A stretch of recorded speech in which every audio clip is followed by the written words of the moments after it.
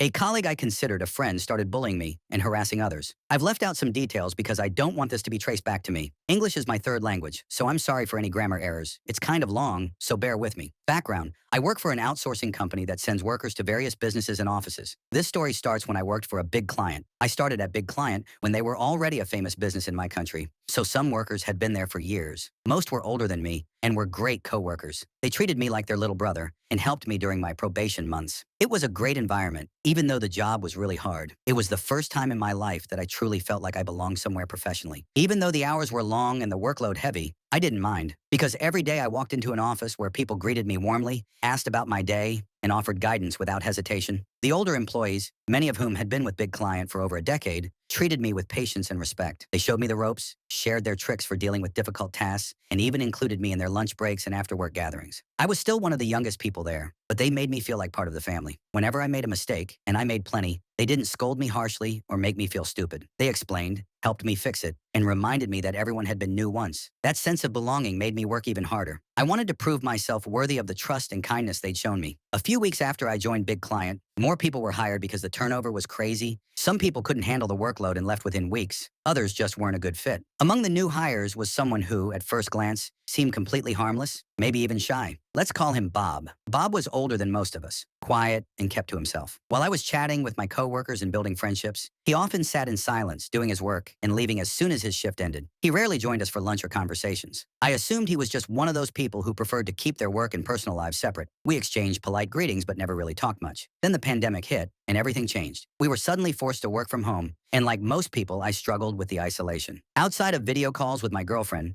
now my ex, and occasional chats with my mom, I barely spoke to anyone. The lack of social interaction started to get to me, and that's when Bob messaged me out of the blue. At first, it was simple work-related questions. Then gradually, our chats became more casual. We talked about hobbies, shared jokes, and discussed life during lockdown. I started to think Bob was actually a pretty decent guy, just shy and misunderstood. He was much older than me, so sometimes he made jokes that felt outdated or even a little inappropriate, but I brushed it off. I assumed it was just a generational thing. Months passed, and I considered Bob a friend. When the company finally announced we'd be going back to the office, I was honestly looking forward to meeting him in person again. But then we got some bad news. Big Client was downsizing. The pandemic had hit their business hard, and they were forced to let people go. I was terrified I'd lose my job. But because I was one of the few employees fluent in English, they decided to keep me and transfer me to another account. New client. To my surprise, Bob was transferred too. From the moment we arrived at New Client, I knew things would be very different. The office vibe was nothing like Big Client. Most of the staff were Gen Z, energetic, outspoken, and extremely online. At Big Client, I'd been one of the youngest employees. Now I was suddenly one of the oldest. It was a strange adjustment, and I worried about how I'd fit in.